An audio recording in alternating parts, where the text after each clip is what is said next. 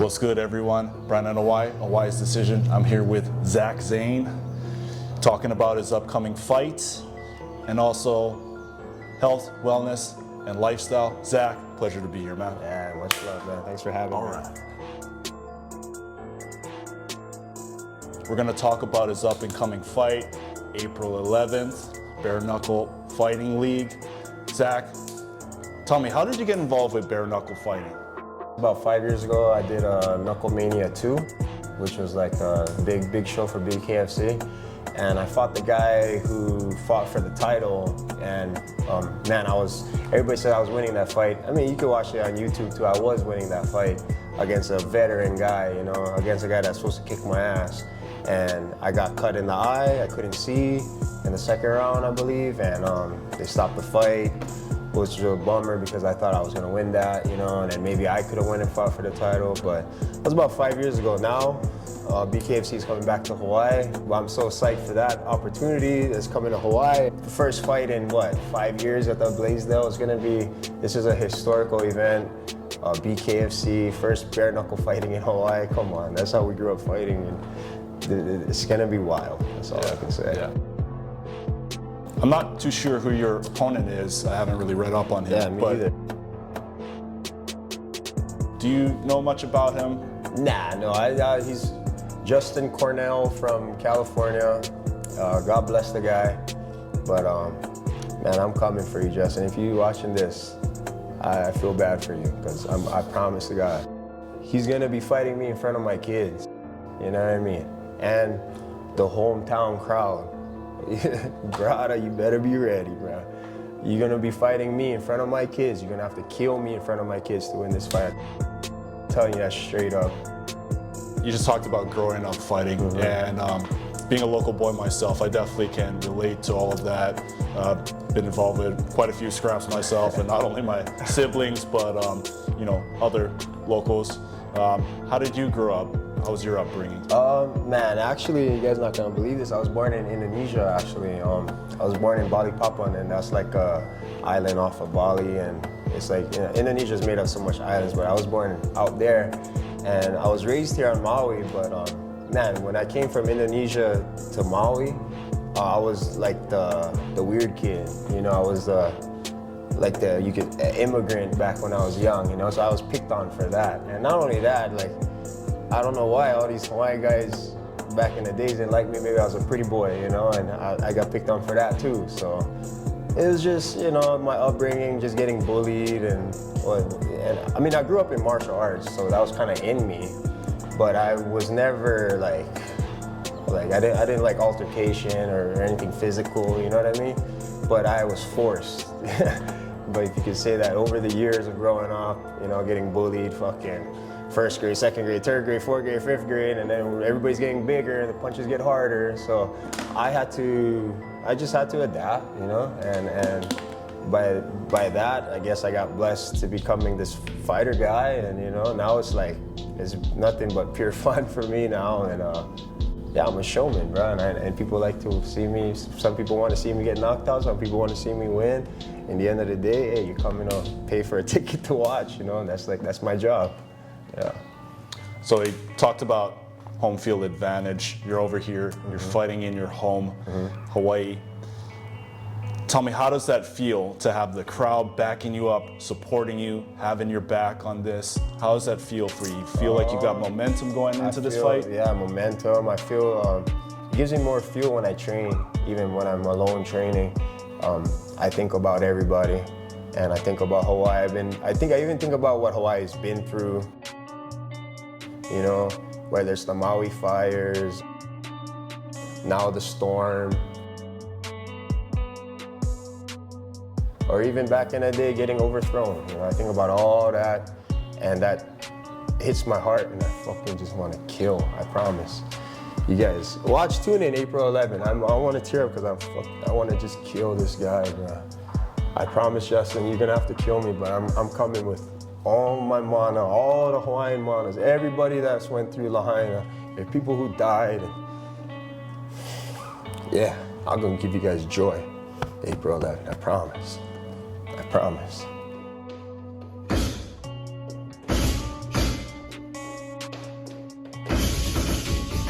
obviously been training your ass off, training hard as hell. Give me a typical day in the life of your training. My training, so I wake up, you know, whether it's 6, 7 o'clock, I wake up, I go to the gym, either I come here, or I'll go hit up the regular gym. From there I do cardio, take a little break. You know, I've been fasting, so I don't eat till nighttime now, and then I'll train again in the afternoon before I eat, so, you know, I'll double up train. And sometimes even after I eat, if there's nothing to do at night, I'm bored, I'm training again, you know. Right now, all I'm doing is eat, live, breathe training. Just, you know, just straight up, this is bare knuckle boxing, so it's a different, you gotta like psychologically be ready for what you're about to go do, you know. This is not normal shit, you know, like this is very barbaric, and a lot can happen real quick, so that being said, I gotta be ready, you know, my armor, you know. And it's not just getting your body ready, you gotta get your mind right, you got to get your heart right, your soul right. You gotta have, all those things gotta be in line. If you those things 3 in line, I know I'm always deadly when I'm like that, you know. If something's missing, then that's when I'm off, you know. But right now, I feel like the stars are aligning, so we'll see. April 11th, we'll see. Yeah. What type of mindset does it take to get locked in and focus into this type of training? Man, it's like I said, it's just knowing the opportunity and being grateful for the opportunity. And if you take it to heart, you're gonna train hard. You know what I mean? And you're gonna even train even harder, because like you gotta like prove to not just yourself, but like to even the haters, you know, either the doubters, the people who love you, and my kids, you know, people I don't even know that's rooting for me. You know, it's like that just gives me, like, it's almost easy to just go for a late night run, early morning run, or go swim, or push it when you don't want to push it, you know. To me, it's easier because they all fuel me. Everything fuels me right now, you know. I'm taking everything, my kids' love, my people that I don't even know who care about me, you know, like my friends who care about me. I take all that love, and even the doubters, because man, the doubters doubt until you do something amazing, and then now they're your fans, you know? All right, I want to talk about alcoholism. I myself been struggled for a few years with alcohol, especially some drug usage, cocaine, definitely for sure. Yeah. And even now, being a year plus sober, I still struggle to go through the temptation of wanting to do those things. And I know you've gone through a sobriety journey yourself. How does that feel like? Are you coming from a place where alcohol has been like a big part of your life? Because for me, it hasn't been until later on in my life, and I started delving into it, really started getting into drinking and whatnot. Was this something that you were surrounded by when you were a child, or does this come later on in life? I would say so. I would say so, yeah. My parents always drank. Not really, I mean, not my mom really, but my dad drank a lot, you know, from at a young age. So I saw that, and I thought that was like normal, you know. And society makes you, oh, when you're 21, you can drink, you know. It's like for all you kids who turn 21, don't think you have to go and get drunk on your birthday, okay? That's like a gimmick, it's like a mind, it's a trick from the government, from media and everything to trick you guys. It's 21, you can drink, you know? 21, go work out. 21, go run. 21, start losing weight and become the best version of yourself. Well, how about that, you know? For the younger generation too, if you guys have friends and you guys, you know, want to help them out and stuff, you know, not drinking is cool. I'm telling you guys right now, you know, drinking killed my dad when I was 18, and I don't even know why I kept drinking after 18, you know. Like you said, I just fell into it. Maybe I was running away from pain, I was running away from trauma, you know.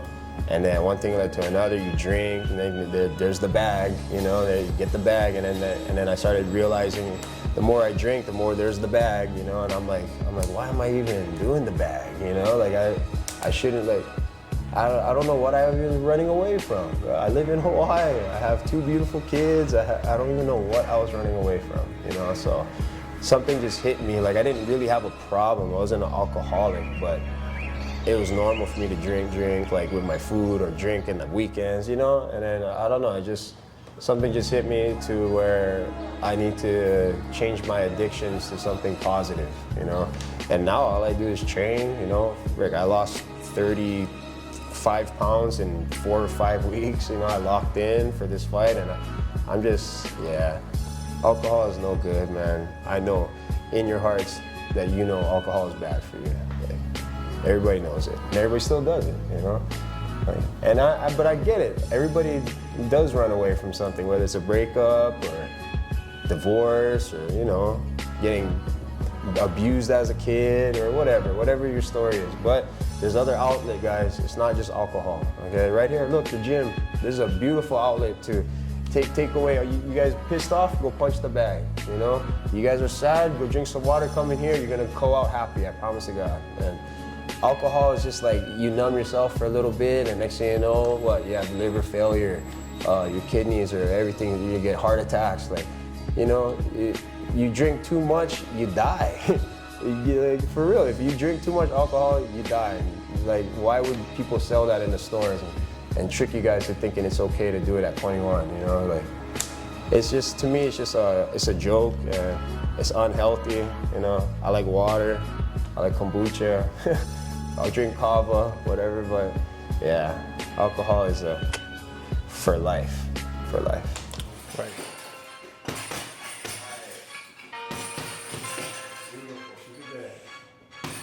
When I quit alcohol about a year ago, everything just kind of leveled up.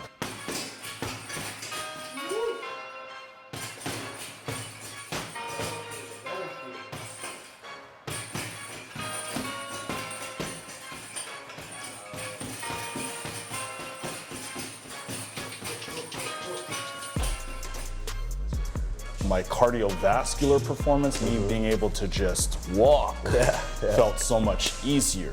Do you feel a difference with your performance as an athlete sans the alcohol? Oh, 100%, 100%. I'm less foggy, I'm more motivated, which is like the biggest, to me the biggest thing is I'm just motivated, you know? I haven't been motivated in a long time, and maybe the alcohol was just making me foggy and burning that side away from me, I don't know, you know, but ever since I quit drinking, I'm like, I want to train, I want to be just a better version of myself for my kids, for my girlfriend, for my mom, for my friend, for myself, you know, like I just want to be just a better Zach Zane, and there's not this sad, depressed Zach Zane running away from, he doesn't even know what he's running away from, confused guy, like, what was, like, yeah, so.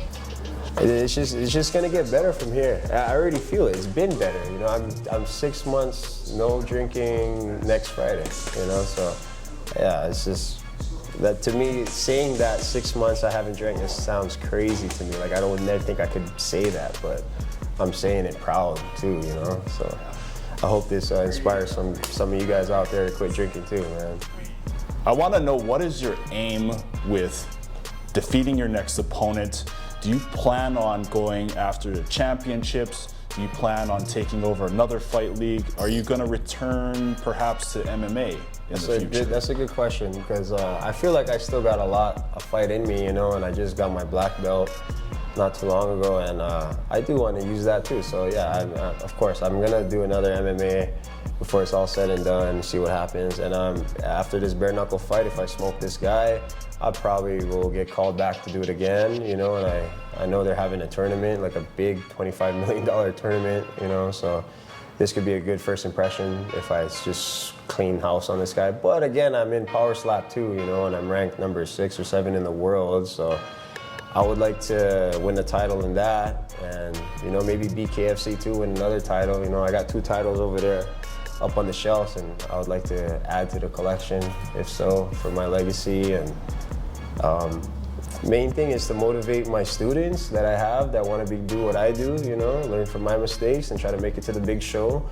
and, you know, make some money and take care of yourself and your family. It's a genuine thing if you have a genuine purpose towards this fighting thing. Don't fight for Instagram, for likes. Don't fight to look cool, you know what I mean? Don't fight, like, you gotta have a genuine reason to fight, you know? Look within yourself if you guys out there want to become fighters, man. I was fighting before Instagram, before MySpace even, you know.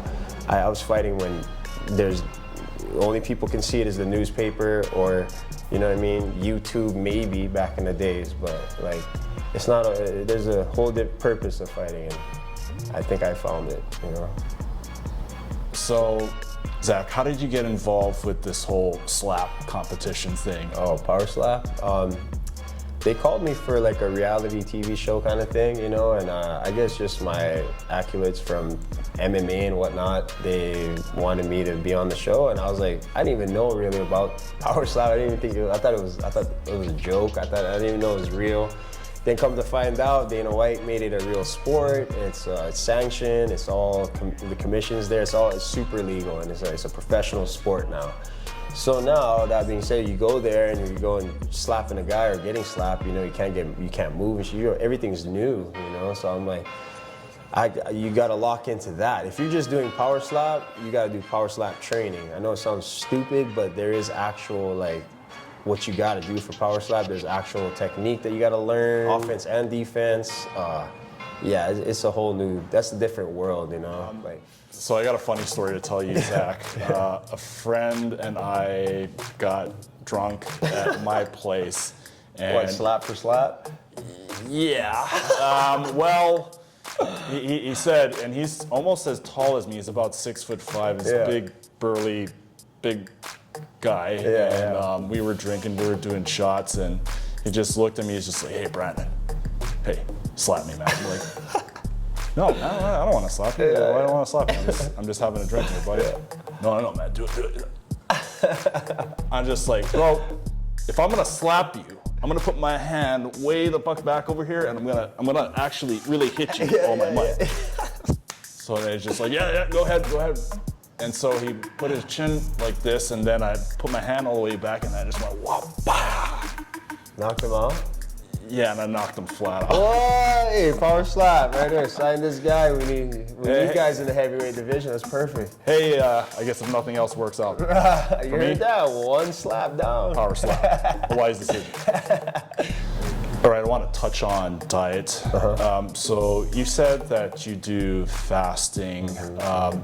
So what does that look like for you? You say you don't eat throughout the day and you just wait until evening time. And when you do eat, what do you eat? Well, in the beginning of my fight camp, I wasn't eating on like Monday and Tuesday, and then 3 days I would go just sardines. Sounds weird, but I just go sardines, and then the other days, and then I could eat actual food, you know. And back, I was eating twice a day. But as I'm getting closer to weigh-in day, I'm only eating 1 time a day, and throughout the day I just don't eat. I just burn calories all day long. Just intake a lot of water and creatine and whatnot, you know, just to stay hydrated and keep my brain function. And and at night, man, I just went to Casanova's the other night and had the ribeye, you know. It's like I'll treat myself with a good meal at the end of the night, because like psychologically it does something to me where it makes me feel happy and I feel satisfied by eating something amazing. Like whether it's going to Nuka, eating sushi, you know, or